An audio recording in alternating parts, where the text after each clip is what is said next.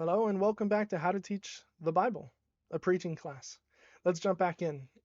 We just went through all of this, went through the sermon idea, we went through the division statement and everything it has. We filled them all in essentially. I didn't do the explanations for each because we don't need to. I didn't do the tie-ins or the transition statements. We're just assuming that we went through it all. We talked about the conclusion in the last one, application and altar call. There's only a couple things really missing here now. One of the things is keywords, and one of the things is a hook. So let's go ahead and talk about a hook. Our hook, I always say, is the last thing that I write. Um, not necessarily true. If you're being very technical, I guess keywords might be one of the last things that I write. Keywords is something I kind of throw in there. We'll talk about that after the hook. But I always say that as a point of emphasis because your hook, you don't want to. Some people like to start writing their sermon top down, and that's a huge mistake. It's the whole reason why this video series starts the way that it does and follows the way that it does. We didn't go top down because that's not the way you construct a sermon. The way that I explained this outline here is the way that you construct a sermon. You're not going to have explanations or illustrations if you don't even have a sermon idea. You got to sit down and get that sermon idea first. And you're not going to explain anything if you don't know what it is you're explaining, which is your division statement. And how are you going to illustrate it if you don't know what you're illustrating? So we got to put in our skeleton first, and that is the sermon idea, and then our division statements, and then we go back in with our explanation, we illustrate, and then we might have our application and altar call. I never fill in the altar call because I do that. Um, you can do it. I suggest it. I just don't because I'm very comfortable with it at this point. Um, so we do that, and then we finally come to our hook, which is pretty much one of our last things. We're pretty much here at the end. And what is a hook? A hook, we have it titled that way because it is essentially like a hook of a fishing line with the bait on it. It is what is going to draw the fish, that is our audience, to bite on so that we can pull them along the line and capture them.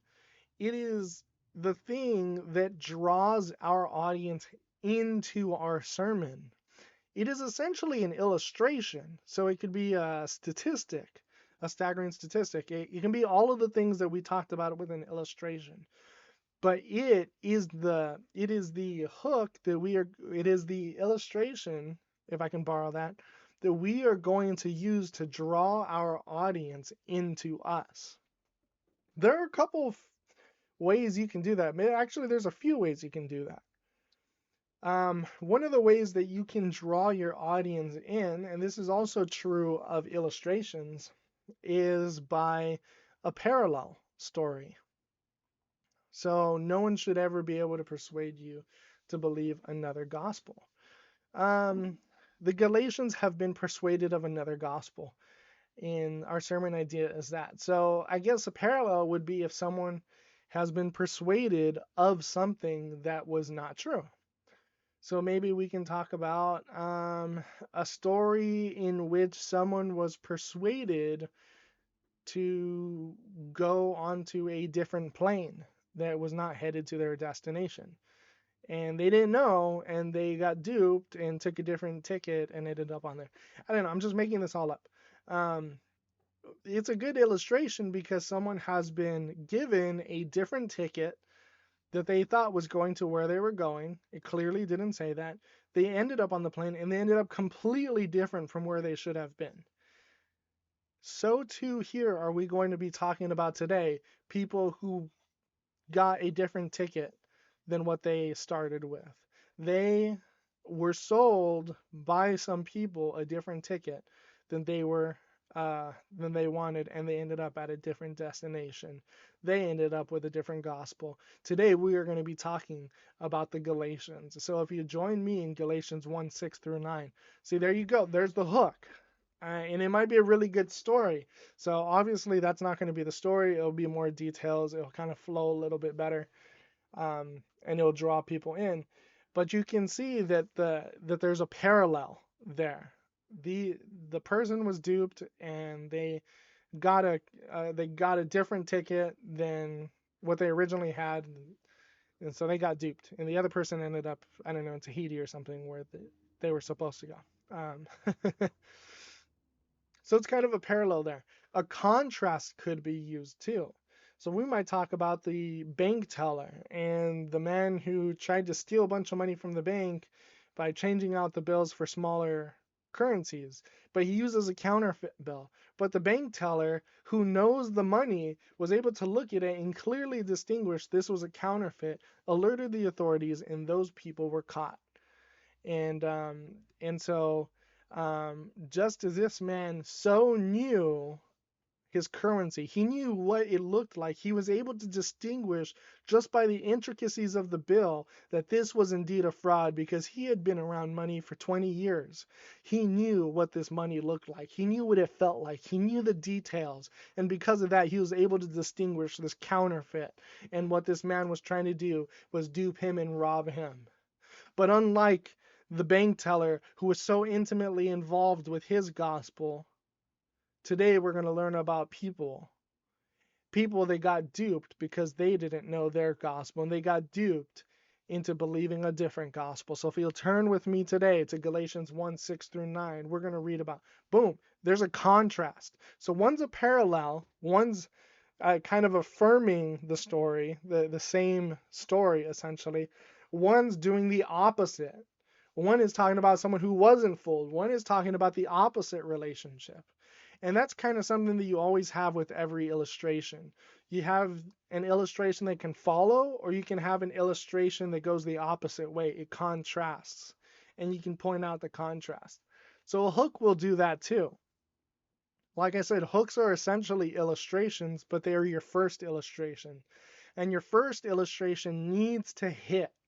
It needs to land, because it is not simply illustrating a point, it is illustrating your entire sermon, because it's based off of your hook. I mean, not your hook, it's based off of your sermon idea. And your sermon idea is your entire sermon. So your hook is essentially your biggest story, or your biggest illustration. It's serving the biggest purpose, and that is essentially to illustrate your entire sermon. Draw us into your sermon so we want to hear more. Like, yeah, okay, you got me. What's this about? And then boom, let's go into the sermon. And so I've kind of tried to illustrate that a couple different ways with the hooks that I just made up just here and now. And I kind of like the contrasting one. So we'll talk about a bank teller. And you can write this all out if you want.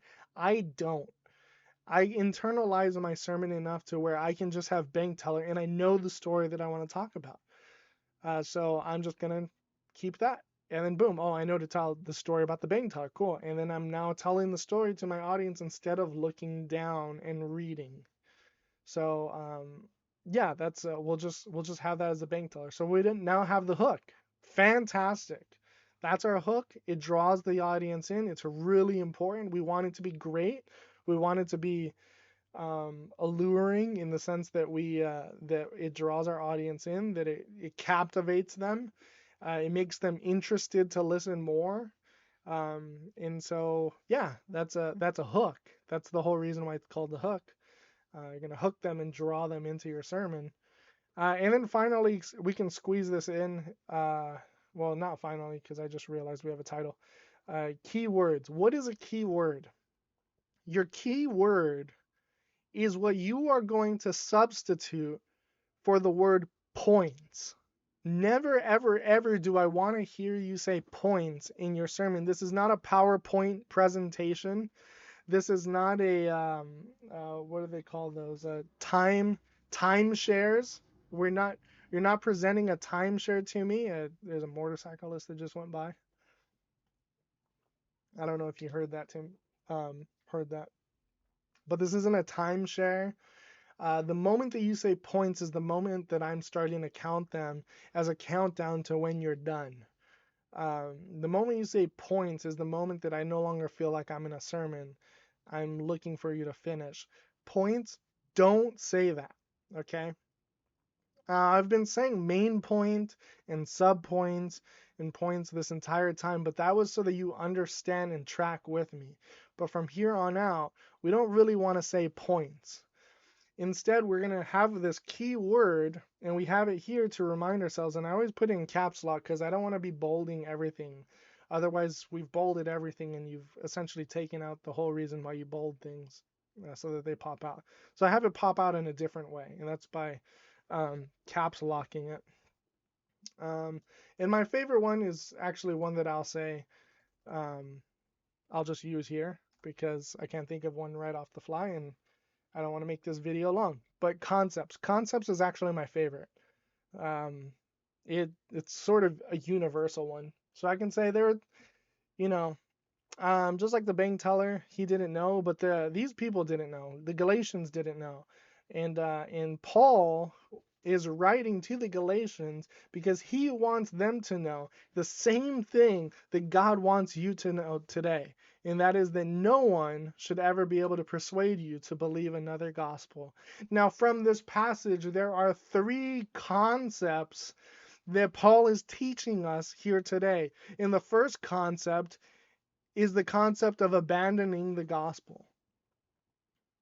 And then as we run through, abandoned dog, and so too, just as that dog was abandoned, so too have the Galatians abandoned the gospel, and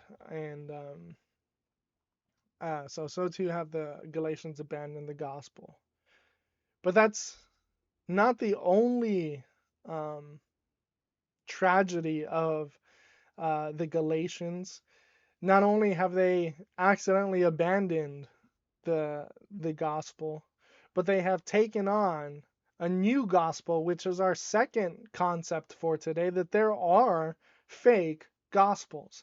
And then finally, we transition all the way through this. And just like there are counterfeit gospels, there are counterfeit teachers. And that is our final concept for today, that there are indeed fake teachers.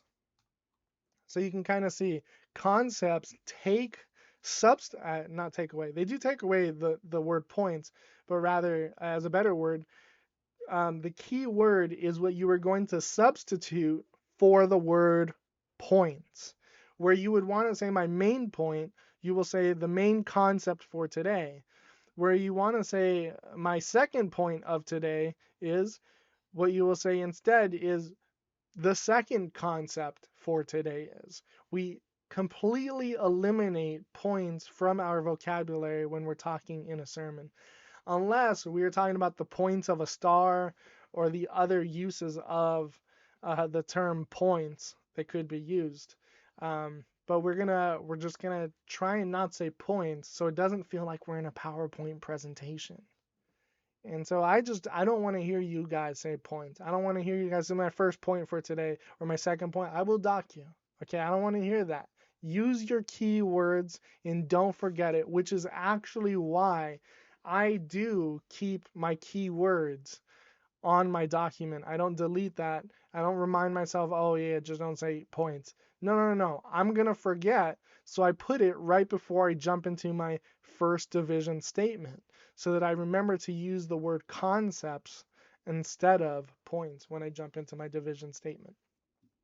So that's what a keyword is. So we've done the hook, the keyword, and just so that we don't have a extremely short video, I'm just going to pack this one in. Then we have our title, and the title can be the very, very last thing that you do.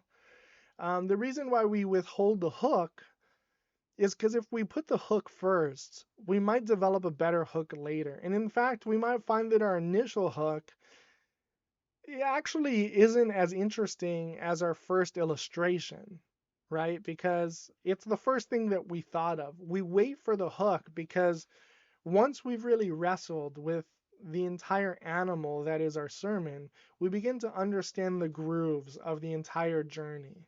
And I'm mixing illustrations here, but we begin to understand the entire flow. And once we've understood the entire flow, we might be able to think of a story or an illustration which will incorporate all of the elements of our sermon. And when we do that, we come up with a really good hook. Because once again, our hook is our illustration which draws our audience into the entire sermon. We want to illustrate the entire sermon, or we want to at least set us up into the sermon. So here's another way that we can do it. We can bring it then to a point in which now they want to know what the sermon will answer. And this is sort of what we call an interrogative. Some people will write interrogatives, and an interrogative will be, uh, it's going to be hard to write one on the fly for this one, but um,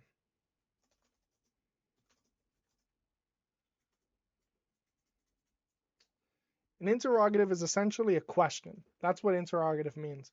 It's a question, but it's a question that you will pose to your audience that demands an answer. Often it's so very weighty that they really want the answer. It's like, what is the meaning of life? Like, okay, well, tell me the meaning of life.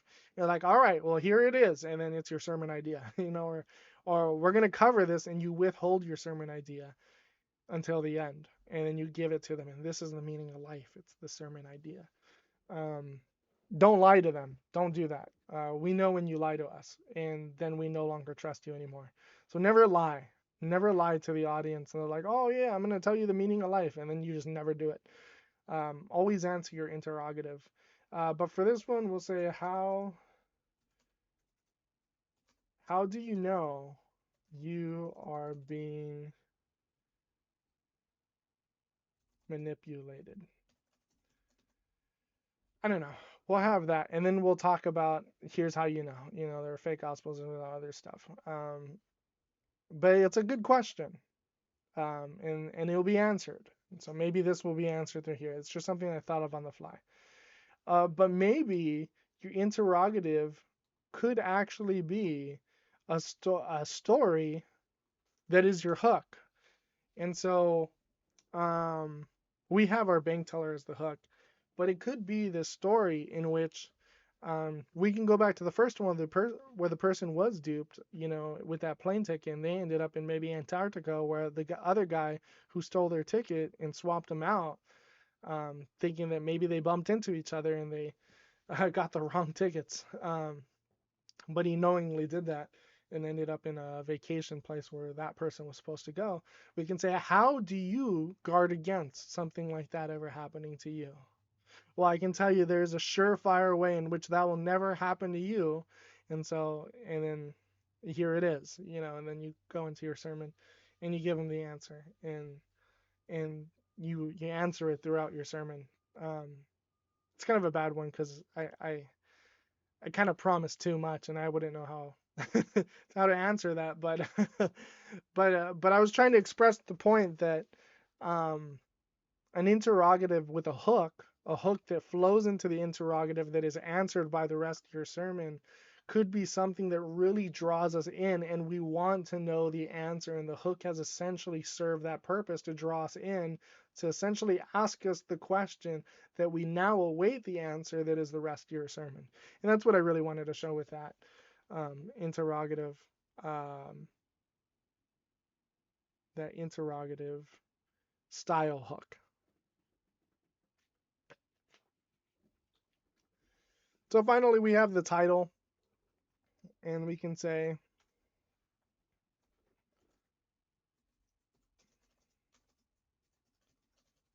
I don't know, we can say duped out of salvation, question mark. I'm just coming up with this on the fly, but we can say that's the title, um, or we can say actually con gospels. Um, actually, you know what? I like this one. Other gospels. I think that's kind of a good hook in and of itself. We're going to talk here about other gospels.